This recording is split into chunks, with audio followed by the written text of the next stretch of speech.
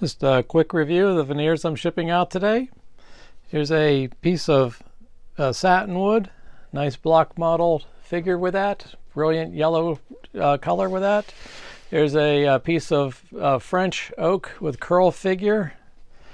Looks almost three-dimensional. That's not wrinkled. That veneer is dead flat.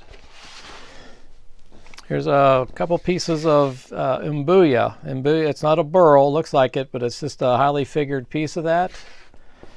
There's a piece of oak burl. Again, a nice flat sheet, full cluster pattern with that. Here's one of my favorite veneers, very visually appealing, Japanese Tamo ash. Nice full cluster peanut pattern with that. Followed by a very nice flat sheet of Oregon laurel burl or myrtle burl. Nice colors with this one.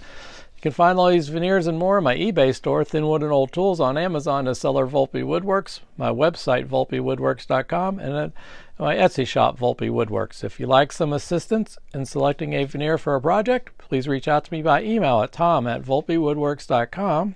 If you like the content of this video, please hit the like button and consider subscribing to my YouTube channel, Volpe Woodworks.